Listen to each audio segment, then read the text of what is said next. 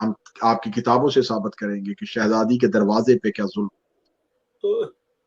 مظلومیت سیدہ آج کے دور میں کھول کے بیان کرنا جہاں جرم سمجھا جاتا ہے اسے ہم عقیدے کا جہاد کہتے ہیں.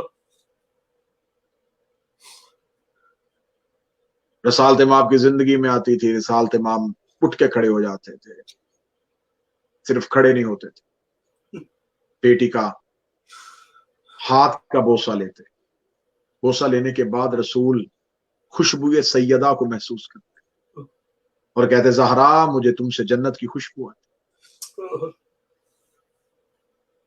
ایک شخص نے پوچھا تھا یا رسول اللہ، نبی کا ہر فعل امت پہ سنت ہوتا ہے کہ ہم بھی اپنی بیٹی کے احترام میں کھڑے ہوا کریں. فرمایا اگر تم میں سے کسی کی بیٹی فاطمہ جیسی ہے تو ضرور کھڑے ہو. وہ رسول جو خدا کے حکم کے بغیر نطق نہیں کرتا، جو خدا کے حکم کے بغیر حرکت نہیں کرتا، اگر بیٹی کے احترام میں بھی کھڑا ہوا ہے تو اللہ کے حکم کے ساتھ. بے شک بے شک. جو صبح کی نماز پڑھنے کے بعد سیدہ کے دروازے پہ جا کے 40 دن مسلسل آیت تطہیر کی تلاوت کی ہے.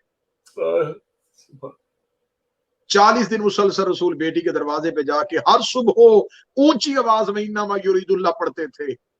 آپ کیا سمجھتے ہیں کہ کیا رسول بیٹی کو قرآن سنانے جاتے تھے؟ اونچی آواز میں سیدہ کے دروازے پہ قرآن پڑھ کے مدینے والوں کو بتا رہے تھے جن کے دروازے پہ میں قرآن پڑھتا ہوں اس دروازے کو آگ نہ لگانا، اس دروازے کو جلانا. زندگی جیسے گزرنی گزر جائے گی.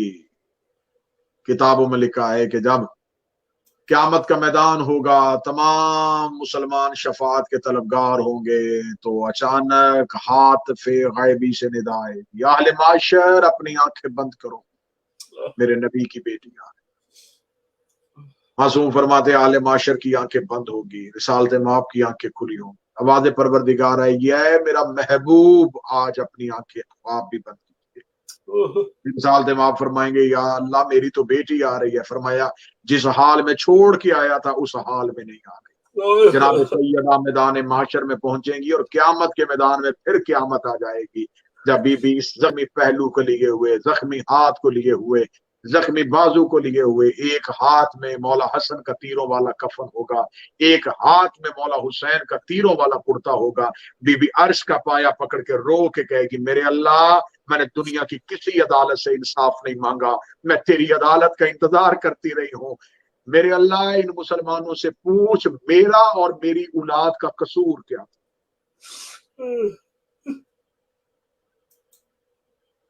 آج کی شب سادات کی رونے کی شب ہے، آج کی رات سادات کے تڑپنے کی شب ہے، آج کی رات آخری رات کی مہمان ہے رسول کی بیٹی.